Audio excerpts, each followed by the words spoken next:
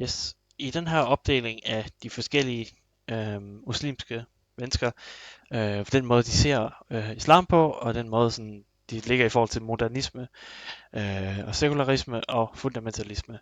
Der vil vi kigge lidt på Amina Tønsen, Fatih Alev, Ahmed Adam, Abdul Wahid Petersen og Taimullah Abulaban.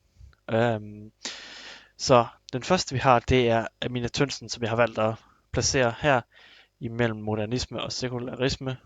Øhm, og det jeg synes, der gør, at Amina er øh, den her mere moderne, sekulære muslim, er, at, at der ligesom bliver sagt, at Koranen værner imod terror, og Koranen egentlig et eller andet sted ikke kalder på den her terrorisme her, som man nogle gange ser i radikale muslimske samfund, og som vi også har set for nylig gennem Krudttønden og så andre ting i Danmark.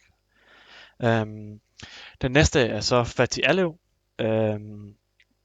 hvor at jeg sådan placerer ham inden for modernismen og sekularismen, måske lidt tættere over på teokrati, fundamentalismen. Og hvad hedder det? Ja, og grunden til, at jeg simpelthen gør det, det er fordi, at han er i sig selv måske meget moderne, men alligevel så er han sådan lidt, han grænser lidt imellem fundamentalismen og sekularismen, fordi at han måske ikke helt nødvendigvis er glad for de provokationer, som han føler, der opstår. Men omvendt så føler han, at som muslimer, så gør det dem stærkere, og så er det noget, de skal acceptere og blive stærkere af. Fordi at de ikke vil miste deres tro på grund af provokationer, og de vil heller ikke miste deres fredelige syn på verden på grund af provokationer. Så derfor er han egentlig meget moderne og sådan nogle ting. Altså, men det er jo ikke fordi, at han nødvendigvis kan acceptere de her provokationer. Han mener, altså, hans respons på dem er måske bare mere fredeligt. Ahmed Adam, som der fremgår i Kuplen, Muren og Graven teksten, synes jeg på mange måder er en meget moderne person i en forstand, men alligevel også meget sekulær. Han er ikke voldelig umiddelbart. Men jeg synes egentlig, at grund til at jeg ikke placerer ham særlig højt på modernismen, det er mere på grund af, at jeg synes et eller andet sted, at han ikke helt formår at bruge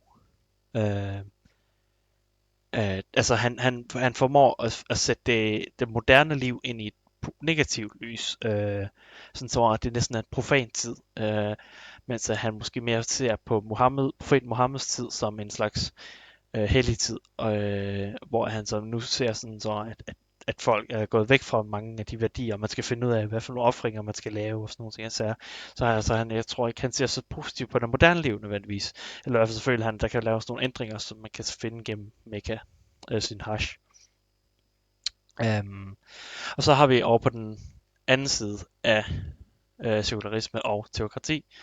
Der har vi over ved teokrati Abdul Wahid Petersen, en dansk konvertit, som jeg vil sige, på grund af hans ligesom tro på sharia, altså han har jo egentlig meget moderne fortolkning af sharia, men omvendt så vil jeg også sige, at sharia er bare, efter min mening, mere fundamentalistisk og mere teokratisk.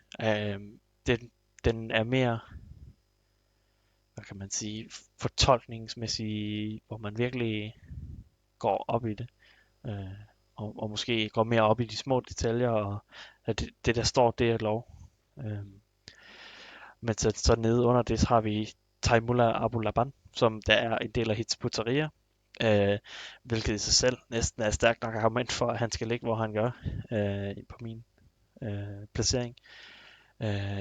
Jeg vil mene, at Hizb ut-Tahrir ikke er særlig moderne, og heller ikke særlig sekulær, så derfor mere fundamentalistisk og mindre moderne.